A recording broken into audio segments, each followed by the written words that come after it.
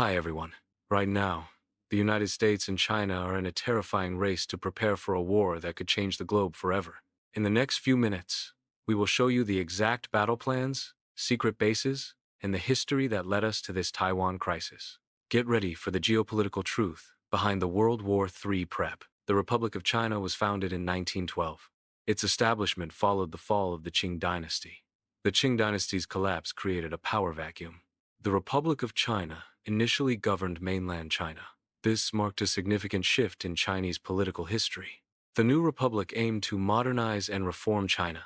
During World War II, the Republic of China and the United States formed a crucial alliance. This alliance was primarily forged to counter the aggression of Imperial Japan in the Pacific. China played a significant role by engaging Japanese forces on the Asian mainland. This engagement diverted resources and manpower that Japan could have deployed elsewhere. Thus, China's resistance was a key factor in the overall Allied effort against Japan. Following World War II, the Nationalist Republic of China and the Chinese Communists resumed their civil conflict. This conflict had been temporarily suspended due to the Second Sino-Japanese War. The end of World War II created a power vacuum and renewed tensions. Both sides sought to establish dominance over mainland China. The resumption marked a critical phase in modern Chinese history. By 1949, the Chinese Communist Party had secured control over mainland China. This victory marked the end of the long-fought Chinese Civil War. The nationalist government, led by Chiang Kai-shek, was forced to retreat to Taiwan. The communist victory led to the establishment of a new state. This new state was named the People's Republic of China, PRC.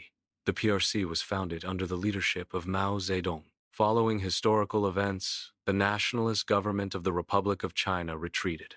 The destination of this retreat was the island of Taiwan.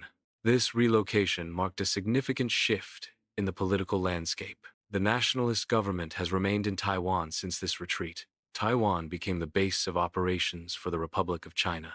The Republic of China, Taiwan, and the People's Republic of China have a long-standing conflict. Despite ceasing active combat, no formal peace treaty has been signed. This means that, technically, the two entities remain in a state of war since 1949.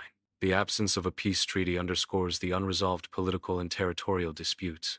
The Republic of China, ROC, and the People's Republic of China, PRC, both assert their legitimacy as the sole government of China. This ongoing dispute stems from historical and political divisions. Each entity governs distinct territories while claiming authority over the entirety of China. This situation represents a complex and enduring geopolitical conflict. The United States intervened to prevent a potential invasion of Taiwan by the People's Republic of China. This intervention was primarily motivated by geopolitical considerations during the Cold War. The U.S. provided Taiwan with extensive economic and military aid to bolster its defense capabilities. U.S. troops were stationed on Taiwan as a deterrent against Chinese aggression. In 1955, the United States and Taiwan signed a mutual defense pact. This pact formalized a security alliance between the two entities. A key provision of the pact was the promise of military intervention by the U.S. This intervention was intended to defend Taiwan against external aggression. The pact served as a cornerstone of U.S. policy toward Taiwan during the Cold War. In the 1970 seconds, a significant geopolitical shift occurred. The United States recognized a strategic advantage in aligning with China. This alignment was primarily aimed at countering the influence of the Soviet Union. Washington strategically fostered relations with Beijing. The goal was to create a counterbalance to Soviet power. This period marked a notable change in global power dynamics. The United States initiated a strategic shift in diplomatic recognition. This involved transferring recognition from the Republic of China, Taiwan. The new recognition was extended to the People's Republic of China, PRC, on the mainland. This change marked a significant geopolitical realignment. The U.S. government acknowledged the communist regime as the legitimate government of China. In 1979, the United States formally ended diplomatic recognition of the Republic of China, Taiwan. This action marked a significant geopolitical shift in U.S. foreign policy. The U.S. officially recognized the People's Republic of China, PRC, as the sole legitimate government of China. This decision altered the diplomatic landscape in East Asia. The U.S. established formal diplomatic relations with the PRC. This recognition had lasting implications for international relations and the status of Taiwan. The Mutual Defense Treaty with Taiwan was revoked in 1980. This revocation marked a significant geopolitical shift. The treaty's termination altered the security dynamics in the region. It also influenced diplomatic relations between involved nations. The revocation had implications for Taiwan's international status. This event reshaped the strategic landscape concerning Taiwan. The United States has adopted a policy known as strategic ambiguity. This policy involves a deliberate lack of clarity regarding the U.S. response to a potential invasion of Taiwan. Specifically, the U.S. neither explicitly commits to defending Taiwan nor explicitly rules out military intervention. This ambiguity is intended to deter both China from attacking and Taiwan from unilaterally declaring independence. In 1995 to 1996, the People's Republic of China fired missiles into the Taiwan Strait. This action heightened tensions in the region. The United States responded by deploying 2 aircraft carrier battle groups. These battle groups were sent through the Taiwan Strait. This deployment was a show of force in response to China's actions. The United States strategically deploys aircraft carrier battle groups as a demonstration of military strength. This deployment serves as a significant show of force on the international stage. The visible presence of such naval power can influence the actions of other nations. In this instance, the deployment led to a de-escalation of tensions by Beijing. China experienced remarkable economic growth starting in the 2000s. This growth was so significant that it led to fundamental shifts. These shifts altered previous economic assumptions and strategies. The scale of China's growth necessitated a re-evaluation of global economic dynamics. The People's Republic of China, PRC, has significantly increased its defense budget. PRC's military expenditure now equals approximately 1/3 of the United States military spending. This represents a substantial shift in global military spending. The increase reflects China's growing military capabilities and strategic ambitions. China has been heavily investing in its naval capabilities.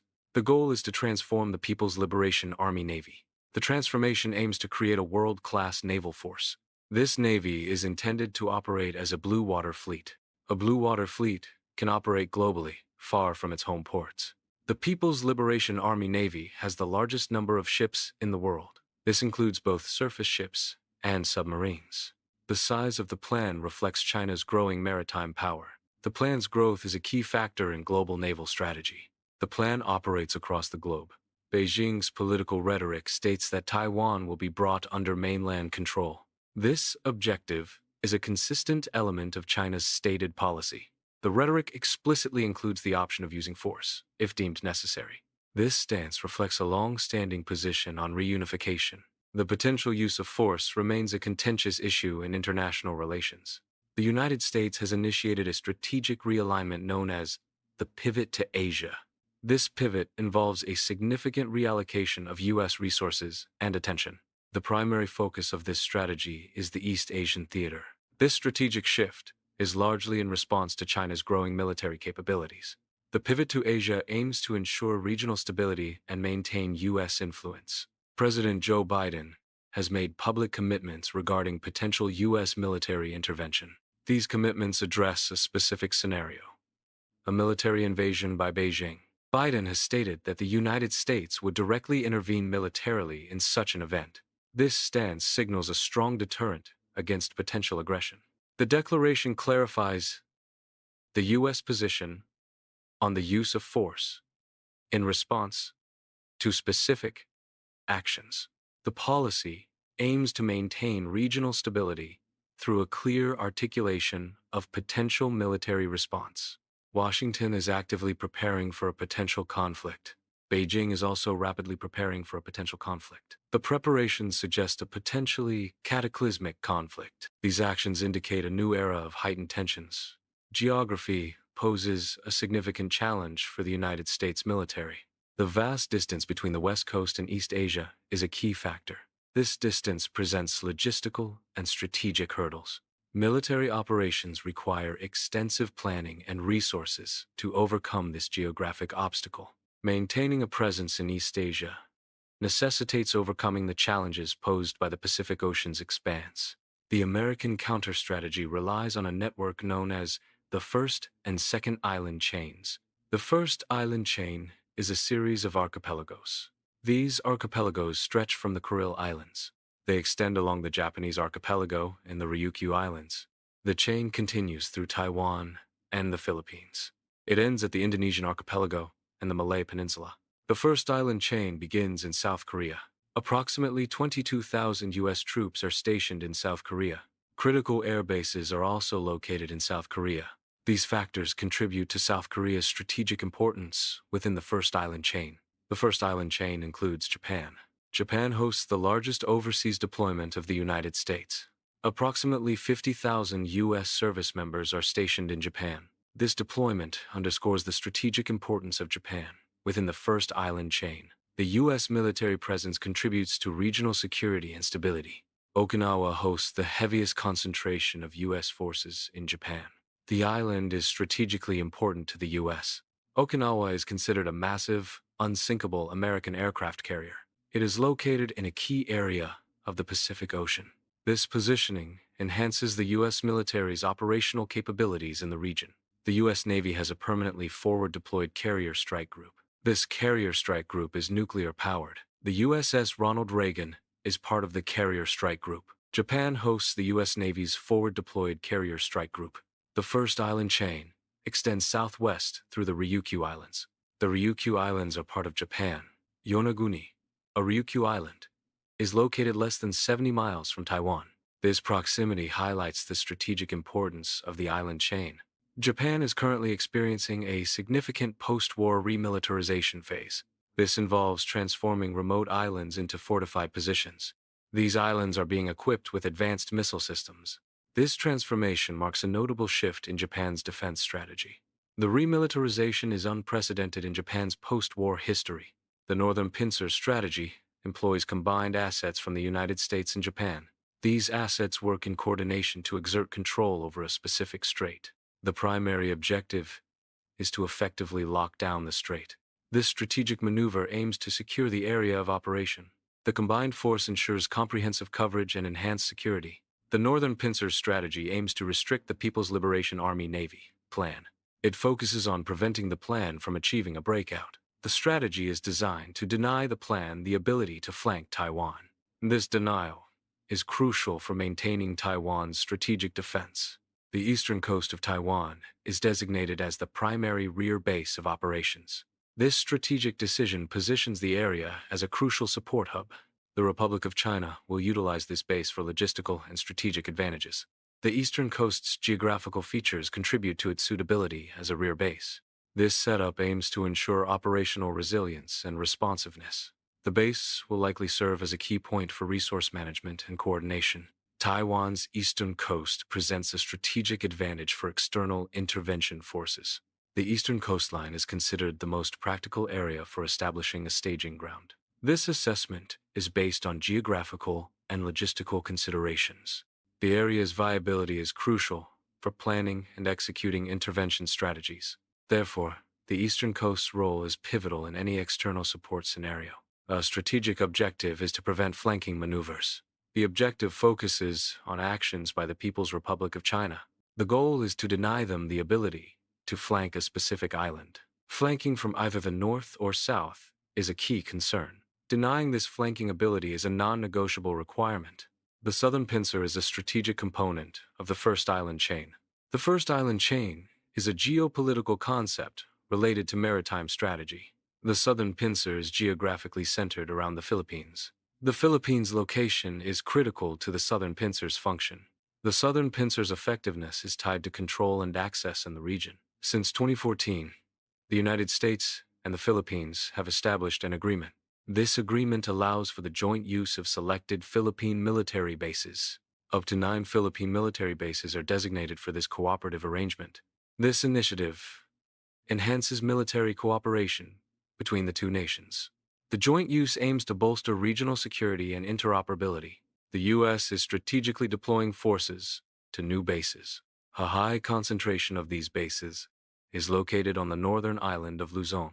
Luzon's location places U.S. forces close to Taiwan's southern flank. This positioning provides a strategic advantage for potential operations. The deployment aims to enhance regional security and response capabilities. Ground-based rocket systems can be strategically deployed in Luzon. The High Mobility Artillery Rocket System, HIMARS, is an example of such a system. HIMARS deployed on Luzon possess the range to strike targets throughout the Bashi Channel. This capability enhances defensive or strategic options in the region. The deployment provides a significant ground-based artillery presence. The primary strategic objective is to impede the progress of the People's Liberation Army Navy. This involves preventing the PLA Navy from successfully navigating through a designated channel. The goal is explicitly to block any further advancement. Successful blockage denies the PLA Navy access beyond the channel. This strategic denial aims to contain naval expansion in the area. Ultimately, this action serves broader strategic objectives related to regional security. The strategic deployment focuses on safeguarding Taiwan's eastern coastline. The primary objective is to deter potential attacks from the PLA Navy. Specifically, the strategy aims to prevent naval incursions originating from the south. Taiwan's eastern coast is considered particularly vulnerable to such attacks. Protecting this coastline is crucial for maintaining Taiwan's overall defense posture. The deployment is a proactive measure to enhance security and stability in the region. HIMARS deployment on Luzon can strategically neutralize the Bashi Channel. This positioning aims to control or impede activity within the channel. Neutralization can involve preventing passage or projecting power. Strategic placement enhances defensive or offensive capabilities in the region. The military deployment is strategically designed to safeguard key Taiwanese assets. A primary objective is to prevent the People's Liberation Army from seizing Kaohsiung. Kaohsiung is Taiwan's largest and most strategically important port. Control of Kaohsiung would provide a significant strategic advantage. Preventing its capture is crucial for maintaining Taiwan's defense capabilities. The deployment aims to secure this vital port against potential invasion. The United States strategy extends beyond Taiwan. A key element involves exploiting China's structural weaknesses. The Strait of Malacca represents a critical vulnerability for China. This vulnerability is a focal point in U.S. strategic planning. Singapore's strategic location controls a vital maritime choke point. U.S. naval access to Singapore provides significant strategic advantages. This access enables the potential to quickly establish a naval blockade. A blockade could effectively control maritime traffic through this narrow waterway. This capability has major implications for regional security and trade. The Strait of Malacca is a crucial waterway for global trade. A significant portion of China's oil imports relies on this strait. Approximately 60% of China's total imported oil passes through the Strait of Malacca. This heavy reliance makes the strait a strategic choke point for China's energy security. Any disruption in the strait could significantly impact China's oil supply. Therefore, maintaining the stability and security of the Strait of Malacca is vital for China.